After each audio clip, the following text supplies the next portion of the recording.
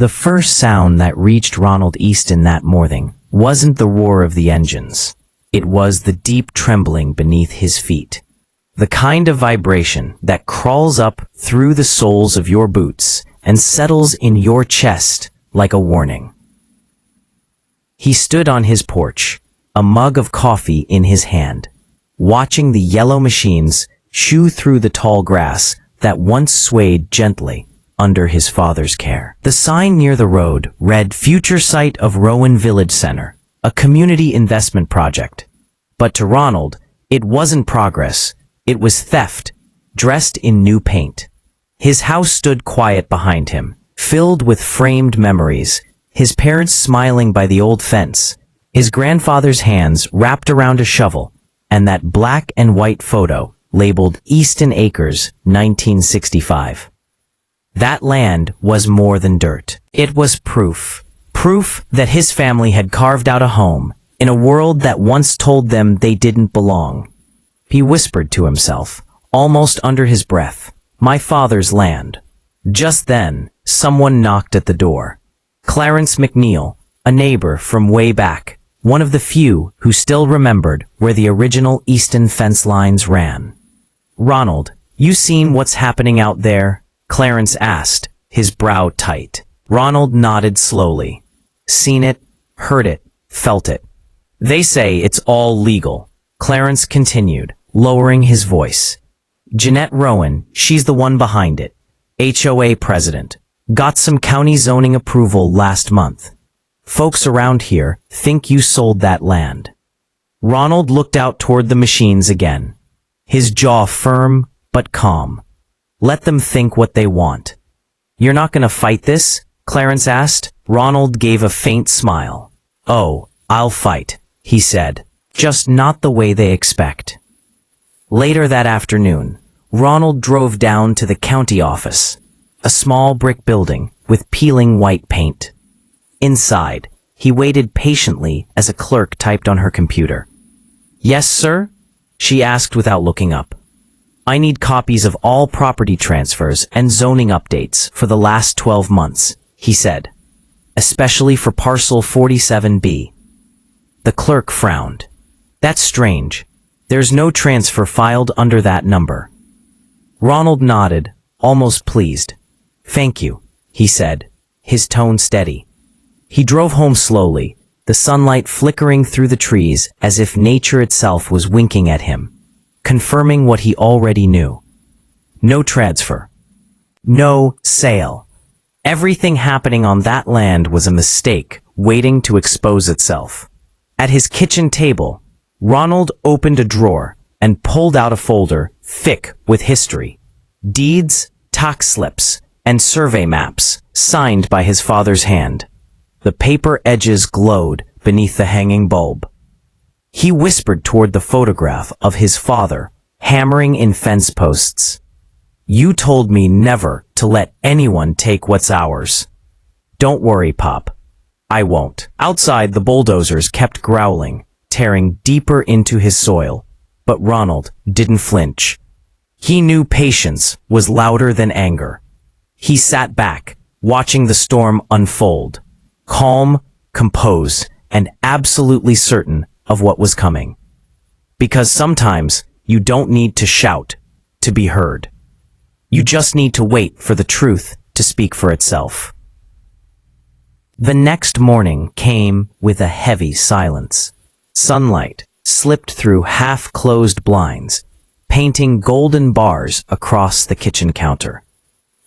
Angela sat there, motionless, fingers wrapped around a cup of coffee she hadn't touched. The night replayed again and again in her mind, every word, every glance, every unanswered question.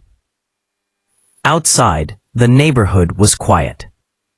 Birds sang faintly, children's bikes lay tipped over on lawns, and a delivery truck rumbled away. But, to her, everything sounded distant. She wasn't just tired. She was haunted by the feeling that something was deeply wrong. When David walked into the kitchen, she didn't look up. He was freshly dressed, suit pressed, his face calm but unreadable. He reached for the car keys on the counter. "You didn't sleep," he said softly, not as a question, but as an observation. "I couldn't," she replied, her voice dry. "You never came to bed." He paused for a moment. "Work call went long," he murmured, eyes fixed on his coffee mug. Angela gave a faint laugh, the kind that carried no humor. "Work call," she repeated. "Right. Just like last week, and the week before." David didn't argue. He simply exhaled, long and quiet, before finally meeting her eyes. "You're making something out of nothing," he said. "You always do." That hit harder than he realized. Angela's lips parted, but she didn't speak. Instead, she nodded slowly, almost as if accepting defeat. "Maybe," she whispered. "Maybe I do." The tension filled the kitchen like fog. Every sound, the ticking clock, the hum of the refrigerator, even the distant bark of a dog, felt louder than it should have. When he left, the silence swallowed the room again. Angela stayed at the table, eyes on the door, long after it had closed. Something deep inside her shifted. Not anger, not sadness, but clarity. She stood, grabbed her phone, and opened the messages she'd been ignoring for weeks. One, from a number she hadn't saved. One that read, "If you want the truth, meet me." Her pulse quickened. She deleted it once, twice, but it always found its way back. By noon, she was driving down the old service road near the edge of town, a narrow stretch lined with rusted fences and half-collapsed barns. The wind carried the scent of dust and rain. Every bump in the road made her grip the steering wheel tighter. When she arrived, a single car was parked ahead, an old black sedan, windows tinted. A man stood beside it, leaning casually against the door. He was tall, mid-40s, in a brown leather jacket. He didn't smile. "You came," he said simply. Angela hesitated before stepping out. "You're the one who's been texting me." He nodded. "I didn't think you'd actually show." "Who are you?" she asked. He studied her carefully before speaking. "Someone who used to work with your husband." The words landed like a punch. "Work with him?" she echoed. He reached into his jacket, slowly, and pulled out a folder. "Everything you need to know is in here," he said, holding it out. Angela didn't move. "Why would you give this to me?" "Because," the man said, glancing toward the horizon. "He's not who you think he is, and if you don't start asking questions now, you might never get another chance." Her breath caught. "You're lying," she said automatically, though her voice trembled. He didn't respond. Instead, he placed the folder on the hood of her car, turned, and began to walk away. "Wait," she called after him. "What's in there?" He stopped, looked back, and said only, "Proof." Then he disappeared behind the trees. For a long moment, Angela just stood there, wind whipping her hair. She wanted to throw the folder away, pretend none of this was happening, but her hands moved before her mind could stop them. Inside were photos, documents, bank transfers, names she didn't recognize. One picture, however, froze her in place. David, standing beside another woman, laughing under a streetlight. The timestamp was from last Friday. Her legs gave out, and she sank to the gravel. The sound of the wind faded. The world blurred. By the time she drove home, dusk had fallen. Streetlights flickered to life one by one. Her headlights cut through the dark, illuminating the path she'd driven hundreds of times before, though it suddenly felt unfamiliar. Inside the house, everything was exactly where it had been that morning. His shoes by the door, his jacket on the chair, the illusion of normal life intact. Angela walked to the dining table, placed the folder down, and sat. She stared at it until the clock struck 10. That's when she heard the garage door open. David stepped in, loosening his tie, eyes tired. "You're still up?" he asked lightly. "Yeah," she said. Her voice was steady now. Too steady. "We need to talk." He frowned, instantly cautious. "About what?" She slid the folder toward him. "About this." He looked down, confusion flickering into recognition, and then panic. "Where did you get this?" "That's not the question," she replied coldly. "The question is, how long?" David didn't answer. His silence was louder than any denial could have been. Angela rose slowly, stepping closer until she stood just a few feet away. "You lied to me," she said, her voice breaking. "About everything." "I had to," he said finally, the words desperate. "You don't understand." "Then make me understand," she snapped. For a moment their eyes locked, two storms colliding. Then David whispered, almost pleading, "Please, Angie, don't make this worse." But it was already too late. The quiet between them felt irreversible. The next morning, sunlight poured through the blinds, cutting soft stripes across Marcus's tired face. He had barely slept. His mind replayed the confrontation over and over. The officer's tone, the phone camera pointed at him, and the way everyone else just stood and watched. It wasn't just about disrespect anymore. It wasn't about the principle of standing firm when you know you've done nothing wrong. Marcus sat on the edge of his bed for a long moment before finally getting up. The small apartment was silent except for the hum of the refrigerator and the occasional car passing outside. He made a cup of black coffee, then stood by the window, staring at the street below. The same city that once felt familiar now felt heavy, almost unfriendly. He checked his phone, messages from friends and coworkers asking if he was okay, links to videos that had already gone viral overnight. One clip showed him standing calmly as the officer shouted. Another had commentary twisting the story completely, making him look like the aggressor. It stung, but Marcus knew better than to let the internet decide who he was. Later that morning, he drove downtown to his lawyer's office. The waiting area smelled faintly of old paper and coffee. His lawyer, Denise, greeted him with a firm handshake. She had seen dozens of similar cases, people unfairly targeted, their stories turned into headlines. "We can file a formal complaint," she said, "but be prepared for backlash." Marcus nodded. "I'm not looking for revenge. I just want the truth out there." Denise leaned back in her chair, studying him. "Then we'll make sure your voice is heard. But once this starts, you can't back down. Are you ready for that?" Marcus didn't hesitate. "I've been ready my whole life." The process began quickly. Calls to the department, letters sent to the precinct, media requests flooding in. By noon, Marcus's name was trending. Some called him brave, others foolish. The world was divided, but Marcus kept his head down. He wasn't trying to start a movement. He was just standing for what was right. At home that evening, he sat with his sister Alicia. She was younger, fiery, full of questions. "Why do you always stay so calm?" she asked, frustration in her tone. "You could have yelled back. You could have done something."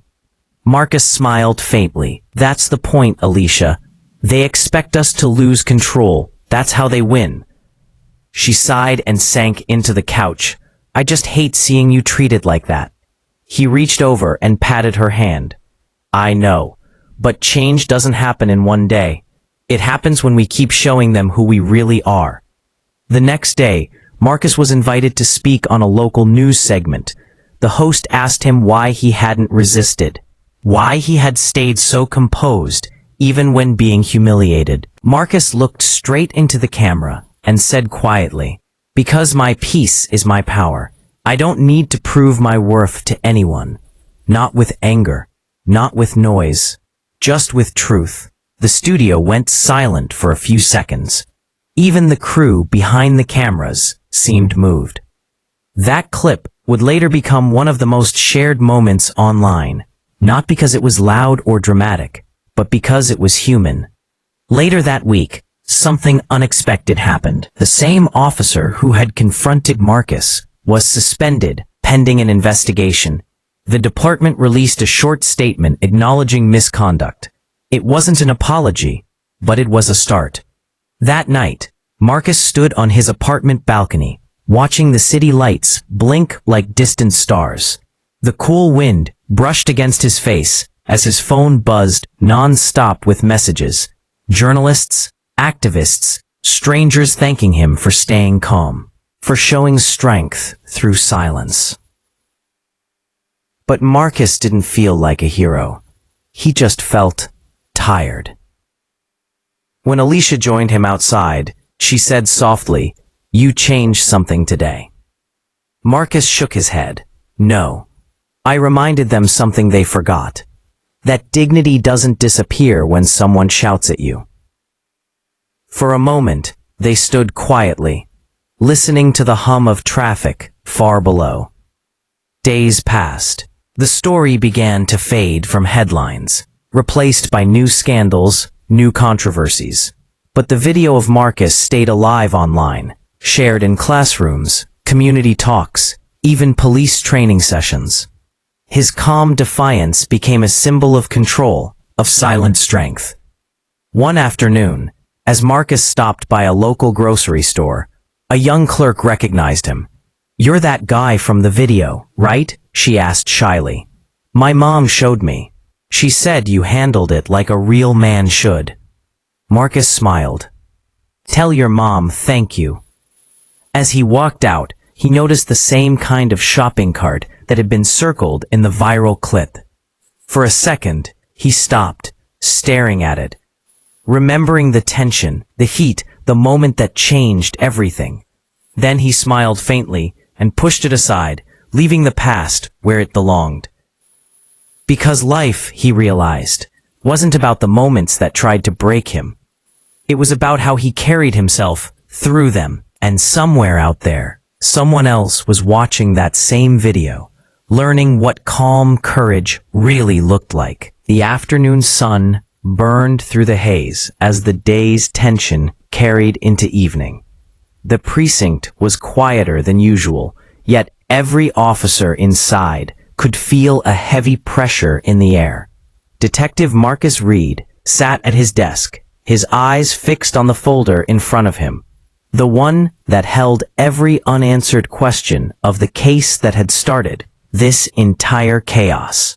He tapped his pen against the desk, his jaw tightening as his thoughts circled back to that moment. The argument, the gun drawn, the flash of fear in the eyes of the young officer who didn't know the man he was shouting at was one of their own. The system was supposed to protect justice, but lately, Marcus wondered if justice had lost its way. At the far end of the room, Captain Rivera walked in. Her voice broke the silence.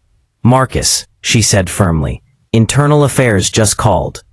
They want your report before midnight." He nodded without looking up. "Yeah, I figured they would." Rivera studied him for a long moment. "You're not in this alone," she said quietly.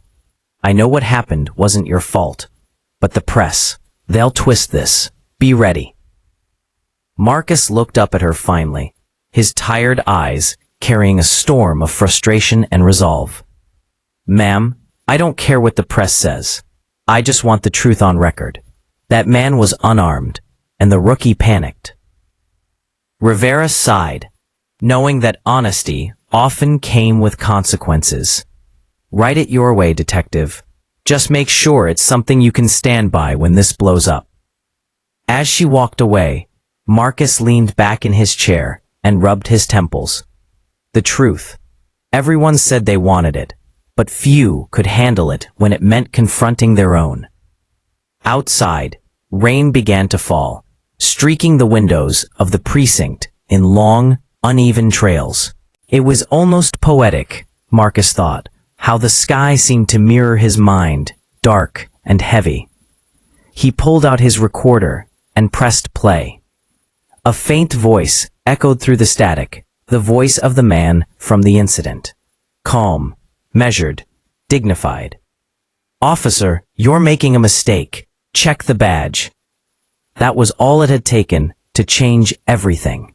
He remembered how the rookie froze, how the moment stretched thin until a single sound, the gunshot, ended it all. A voice interrupted his thoughts.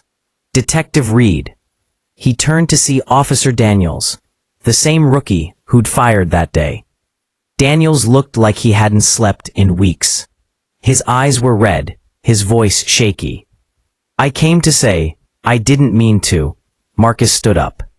"You don't have to explain to me," he said. "But you do have to face what you did." Daniels swallowed hard. "I thought he was reaching for a weapon. I didn't know he was." Marcus finished for him. Daniels nodded weakly, tears starting to form. "Now his family wants answers, and I don't even know how to live with myself." Marcus took a slow breath, his tone calm but firm. "You start by telling the truth. You put it on record, every detail. That's the only way this system will ever change, one honest word at a time." Daniels hesitated, then nodded, breaking down under the weight of his guilt. Marcus placed a hand on his shoulder. "You can't undo what's been done, son, but you can make sure no one forgets what really happened." Later that night, as the city lights flickered outside, Marcus walked out of the precinct and into the rain. He didn't bother with an umbrella. The water was cold, but it felt cleansing somehow, a momentary escape from the chaos of duty, reputation, and moral conflict. He thought of the man who had lost his life, a man who had served the same justice system that ultimately failed him. Marcus could almost hear his voice again. "Check the badge." In that instant, Marcus made a silent vow. If the system wouldn't change from the top, it would have to start from the ground. One officer, one case, one truth at a time. He pulled his coat tighter and walked toward the parking lot, his mind already on what came next. There would be hearings, press briefings, maybe even threats from people who wanted this buried. But he didn't care anymore. The rain intensified as he reached his car. He looked up, letting the droplets hit his face, and whispered, "For you, for every name that never made the news." The thunder rolled in the distance, echoing like a promise. The fight for justice had only just begun. The next morning, Daniel sat in his small office, surrounded by papers, photos, and notes pinned on the wall. Every single piece of evidence was like a fragment of a giant puzzle, and the more he looked, the more it all started to connect. The same people, the same company, the same missing reports. He rubbed his temples, the silence of the room pressed on his ears. Then, the door creaked open. Sarah stepped inside, holding 2 cups of coffee. Her eyes looked tired, but determined. "You've been here all night?" she asked softly. Daniel nodded. "Couldn't sleep. Something's not adding up." She handed him the cup. "You say that every time, and you're always right." He smiled faintly. "Let's hope that holds." They went over the new findings together. Invoices, call logs, and strange payments made from a shell company that didn't exist a few months ago. Sarah leaned forward, pointing at one of the papers. "Here, this account keeps sending money to the same address. Look at the date. It's right after the shipment disappeared." Daniel's eyes narrowed. "That's it. That's our leak." Before he could stand, his phone buzzed. Unknown number. He hesitated, but answered. A cold, distorted voice came through. "You need to stop digging, Mr. Harris.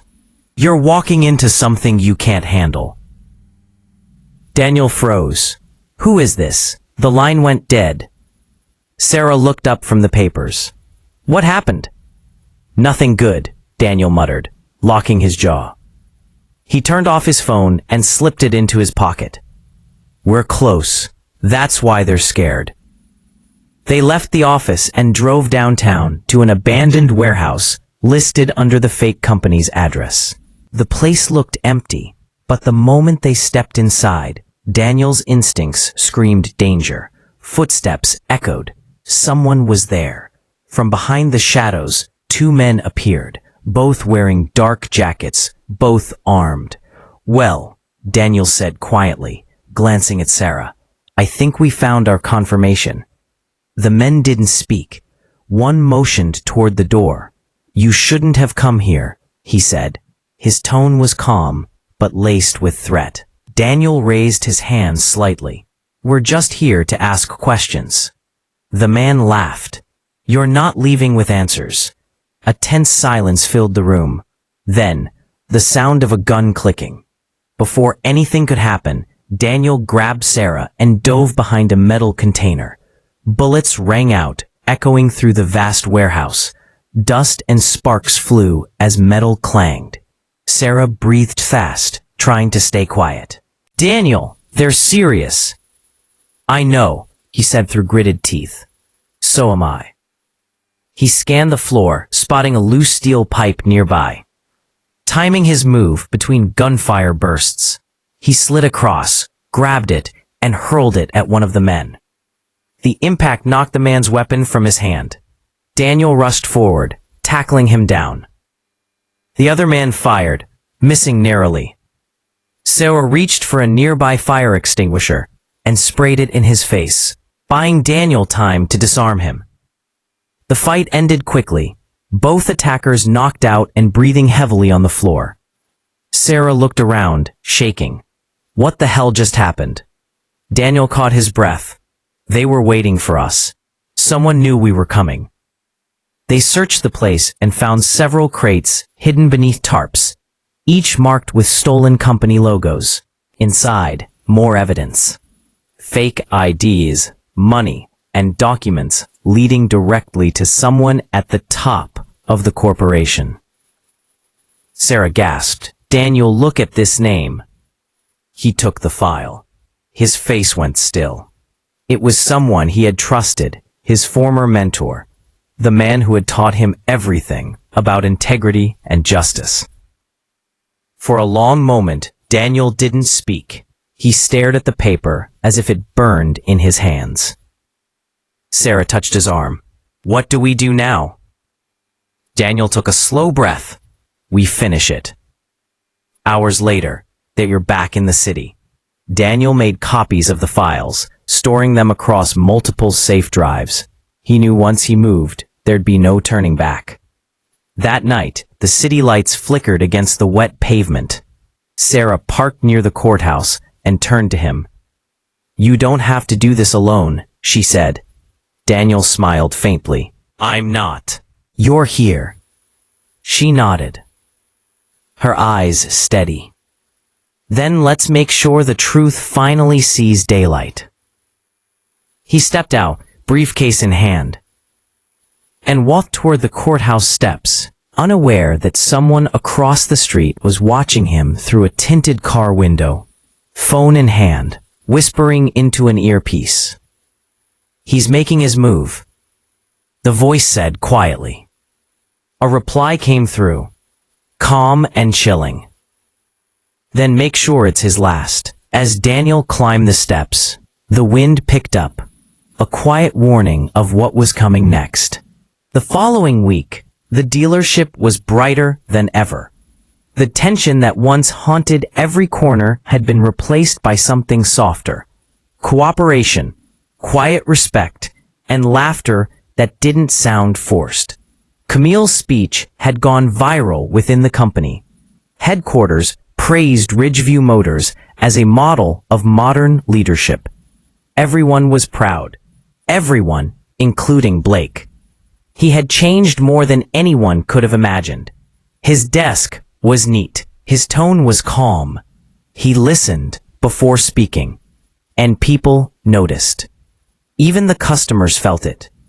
The man who once sold through charm and pressure now sold through honesty and patience. Camille noticed too. She saw it in how he helped new hires, how he smiled at clients without arrogance, how he sometimes caught her eye across the showroom with a look that said, "You were right." One Thursday morning, corporate sent an email inviting both of them to a leadership retreat, a 2-day event for top performers. Camille was listed as a speaker again. Blake as a special guest. She found him in the lounge, reading the message. "Looks like we're a package deal now," she said lightly. He smirked. "Guess you're stuck with me." "Or you're stuck with me," she replied. That exchange made the team laugh. It was a simple moment, but it carried the weight of months of growth, conflict, and forgiveness. The retreat was scheduled for the following weekend in a lakeside resort 2 hours away.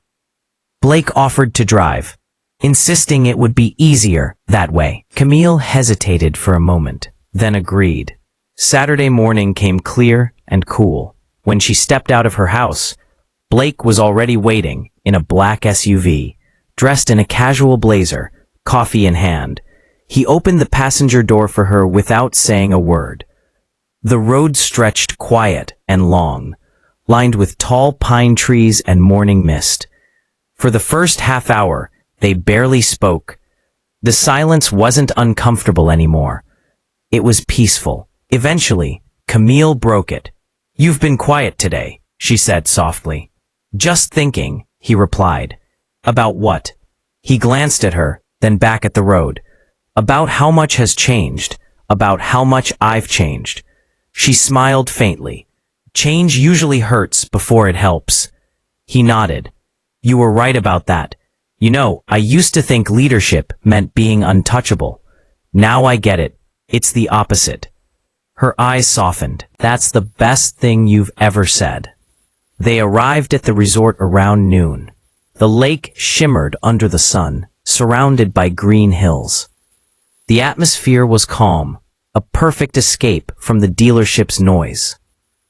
Inside the conference hall, executives from different regions mingled, laughing, shaking hands. Camille was confident as always, but this time Blake wasn't her rival. He was her quiet support, standing beside her when she spoke, introducing her to colleagues, backing her up with small nods and quiet smiles. When she took the stage to give her session, Blake sat in the front row, listening with genuine admiration. Her words flowed effortlessly, full of warmth and conviction. She spoke about rebuilding trust, about humility, about turning conflict into growth. And when she said, "Sometimes the hardest person to lead is yourself," her eyes found Blake's, just for a moment. He smiled back. After her talk ended, the room erupted in applause. People surrounded her afterward, offering congratulations. Blake waited off to the side, watching her glow under the praise. He wasn't jealous this time. He was proud. That evening, as the conference wrapped up, the organizers hosted a dinner by the lake. Candles flickered in the breeze, reflecting off the calm water. Camille and Blake sat together at a small table, away from the crowd. She raised her glass lightly. "To change," she said. He clinked his against hers. "To survival." They laughed.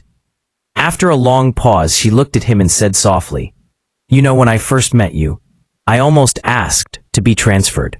He chuckled. "I don't blame you. I'm glad I didn't," she continued. "If I had, we both would have stayed the same." He looked at her for a long time, his expression serious now. "You made me face parts of myself I didn't want to see. I used to think you were just trying to control me. Now I get it. You were trying to save me from myself." The air between them went still. She didn't respond right away. Her eyes glistened softly under the candlelight. "Sometimes we meet people for a reason," she said finally. He nodded slowly. "Yeah, sometimes we meet the right person at the wrong time." That line hung in the air, delicate and heavy at the same time. Neither of them spoke after that. The night stretched around them, the sound of crickets, the gentle ripple of the water, the flicker of light across their faces. Later, when the crowd dispersed, they walked along the lake path together. The air was cool and quiet. The moon reflected perfectly on the surface of the water. Camille stopped near the edge, folding her arms against the chill. "It's peaceful here," she whispered. Blake stood beside her. "Yeah, makes you wonder why we spend so much time fighting storms when there's this kind of calm waiting." She turned to him. "Maybe because the storms teach us what the calm really means." He smiled. "You and your wisdom again." "Someone has to balance your ego," she said playfully. He laughed, but his eyes lingered on her, the calm, the grace, the strength that had humbled him. "You ever think about what's next?" he asked quietly. "For the dealership?" "For you," he said. She thought for a moment. "I don't know, maybe someday, my own branch, maybe training new leaders." He nodded. "You'd be great at that." "What about you?" she asked softly. He looked at the water, his reflection trembling in the light. "I used to think I wanted power. Now I just want peace." Camille smiled faintly. "That's how you know you've grown." They stood in silence again, the soft hum of night surrounding them. Then she turned to leave, whispering, "Good night, Blake." He watched her walk away, her silhouette fading into the shadows. For the first time, he didn't feel the need to win. He just felt grateful, for her, for change, for second chances. When he returned to his cabin, he looked out the window one last time. The moon hung low, glowing over the lake. And deep down, he knew something had shifted permanently. The man who once saw leadership as a battlefield had learned something far greater. That sometimes, the real victory is learning to stand beside someone instead of against them. He closed his eyes, and for the first time in years, slept without the weight of his pride. Monday morning came quiet and soft, the kind of dawn that carried calm instead of chaos. The air was cool, the sky washed in pale orange light. At Ridgeview Motors, the day began slowly, but something felt renewed, as if the place itself had exhaled after holding its breath for too long. Camille arrived early, her posture calm, her face serene. She walked across the showroom, greeting the cleaning staff, checking displays, humming quietly to herself. She looked around the dealership that had once felt divided, broken, unfixable. Now it stood unified, polished, alive. Blake arrived not long after, dressed simply in a dark shirt and slacks, a coffee in hand. He smiled when he saw her, the kind of genuine, easy smile that needed no words. "Morning," he said softly. "Morning," she replied. The quiet between them wasn't tense anymore. It was steady, an unspoken respect, built through conflict, humility, and change. A few hours later, the regional director, Greg Turner, stopped by again. He strode in with his signature grin, clapping his hands. Well, if it isn't the dream team," he said. "I just got off the call with corporate. Camille, your speech was the talk of the conference. They're thinking of promoting you to regional operations lead." Camille blinked. "Regional?" she repeated softly. Greg nodded. "It's not official yet, but it's on the table." They were impressed, really impressed. The room filled with congratulations. The staff clapped, Rico whistled, everyone beamed. But Camille's eyes drifted toward Blake. He was smiling, not forced, not jealous, just proud. She gave a small nod of gratitude, and he nodded back, their silent language now second nature. When the excitement faded, she stepped into her office to breathe. Blake knocked lightly on the glass door before stepping in. "So," he said, leaning casually on the frame. "Regional operations lead, huh? You're about to trade us for a bigger empire." Camille, laughed softly. It's just a possibility. Nothing's confirmed. He smiled. You deserve it. Every bit of it. She met his gaze for a moment, something unspoken passing between them. Gratitude, warmth, maybe even something deeper. You helped make it happen, she said quietly. He chuckled. Pretty sure I almost ruined it, remember? Maybe at first, she said with a teasing smile. But you turned it around. You proved people can change. And that matters more than you think. For a few seconds, the air between them grew heavier, not uncomfortable, but charged with meaning. Then Camille turned her attention to a stack of reports. If I do get promoted, someone's going to have to take over this branch, she said. Blake raised an eyebrow. You suggesting I apply? She didn't look up. I'm not suggesting anything, just thinking out loud. He smiled faintly, though his chest tightened with a strange mix of pride and fear. The idea of her leaving, of walking into this place without hearing her voice, without seeing her calm presence, felt heavier than he wanted to admit. That night, after everyone had gone, Camille stayed behind, sitting in her office with the lights low. The city outside was quiet. The dealership still. She scrolled through her emails, congratulations, opportunities, offers. And then, in the middle of it all, one simple message from Blake. If you do take that job, just know this place will never be the same. But I'll make sure it stays the kind of place you'd still be proud to walk into. Now those same lights gleamed off smiling faces and clinking coffee cups. He just stood near the back, hands in pockets, smiling quietly. Later, as the crowd dispersed, Camille walked over to him. I guess this is it, she said. He nodded. You'll be incredible, wherever you go. Promise me you'll keep this place running the right way, she said. I promise, he replied softly. The Camille way. She laughed. The team way. For a moment, neither moved. Then she reached out and hugged him. Brief, warm. Unexpected. He froze for a second, then hugged her back, the kind of embrace that said everything words couldn't.